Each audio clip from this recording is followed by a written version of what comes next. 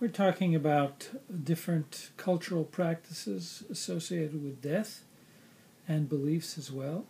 Let's talk a little bit about the ancient Egyptians.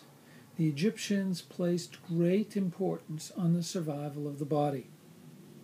At death, it was believed that the spiritual personality, or the double of a person's earthly body, sometimes called the Ka, and the Ba, which is the real or the true soul, which is part of the human being. Often it was depicted as a bird's head, that the Ba and the Ka both depart. And very often when you look at pictures of ancient Egyptian symbols, you will see the Ka, the human being that looks like a bird in the head, and every other part of it being humanoid. In any event, the belief was that the body was only being left for a limited period of time by the Ka, and that it would be needed later, and so a special room was built in the tomb, often a pyramid tomb, with scenes from the dead person's life pictured in it, so that the Ka could return to enjoy the afterlife as if it were still among the living.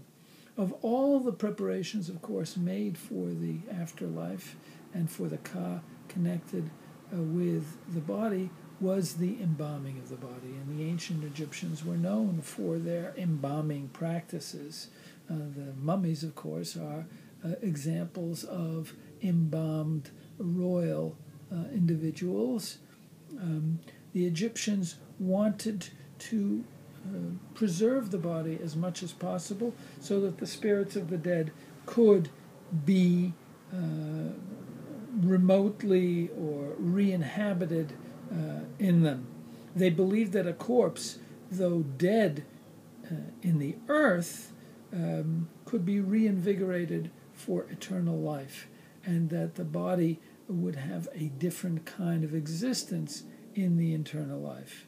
And of course, that's why so much prayer and so much care was taken with preparing the body by the priests, who would recite important formulas of incantations while the body was being prepared. That idea that certain words have to be spoken when preparing the body, in this case embalming the body, before one wraps the body, the idea that human beings have to take care of these bodies, not only by physically washing them, wrapping them, taking care of them, but also by saying certain words over them. We've already seen, of course, in the case of the Jewish preparation of the body, the tahara.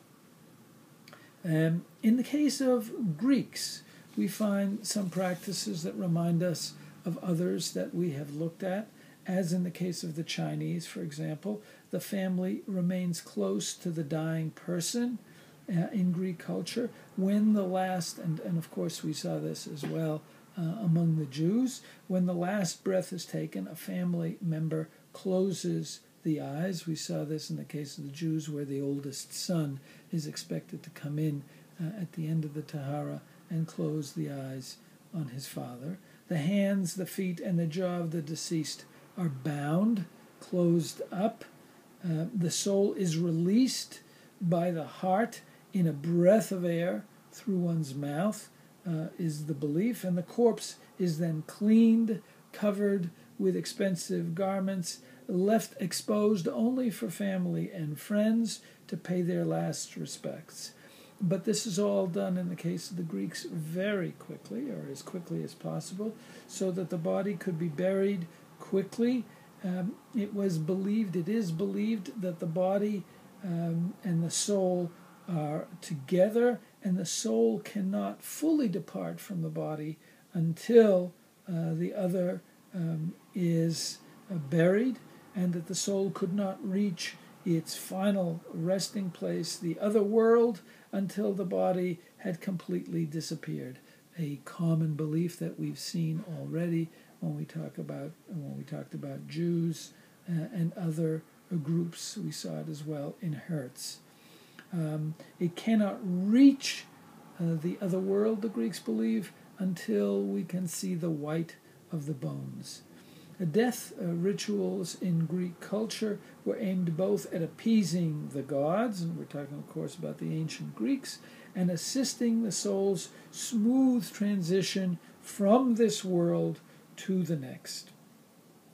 When the procession with the dead body reaches the gravesite, the hands, the feet, and the jaw were untied, releasing, as it were, symbolically, the person for the next stage of the trip, and the body was lowered into the earth. Priest pours wine on the body, and the whole idea of wine as a sacred fluid, the wine like blood, but also with the magic power of intoxication. The wine is poured on the body, after which the family and the friends throw handfuls of dirt on the coffin. A shroud is then drawn over the dead person's face, and the coffin is covered and filled. The grave is filled with earth. And as the family and friends are leaving, they wash their hands to purify themselves, something we've seen as well among the Jews. So there we have the Greeks. In addition to the Greeks, let's talk briefly about some of the practices of an Islamic funeral. While, of course, there are a whole variety of Islamic practices, and we're not going to be able to go through all of them, Muslim tradition dictates that when a person shows any signs of dying, that he or she should be positioned on his back and the feet in the direction of Mecca, not unlike what we saw in the case of the Jews, where when a Jew has died, the person is laid on the floor on his or her back with the feet in the direction of Jerusalem.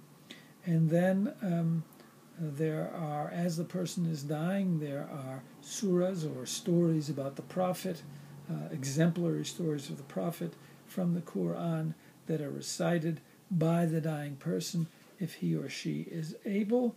And if she is not unable, if not he or she is not able to recite these, then a relative. Then, as the person dies, the basic creed of Islam is recited, just as we saw in the case of the Jews. The basic creed is recited in the case of the Jews. It's the Shema, Hear, O Israel, the Lord our God, the Lord is one. In the case of Islam, the basic creed, there is no God but Allah, and Muhammad is his prophet. The dying person, in the case of Islam, is expected to repent all of his sins, a common theme that we saw both with the Jews and we see with others, the idea of confession at the moment of death, in order to, in a sense, allow the person to leave behind all of those earthly sins, in order, again, to lighten the spirit, lighten the soul, make it easier for the dead to move on to another life. Upon death, the dead body is gently cleaned, perfumed, wrapped in white cotton or a shroud by members in the family. In the case of Islam, as in Judaism, embalming is generally frowned upon. The deceased is placed in a plain wooden coffin, the same sort of thing that we saw among the Jews, and carried to the place of burial. And here too, as we saw in the case of Jews, as the coffin is taken to the place of burial, certain verses are recited. The idea that the way we accompany a dead is by saying certain things, of course, is well established. And so as the coffin is carried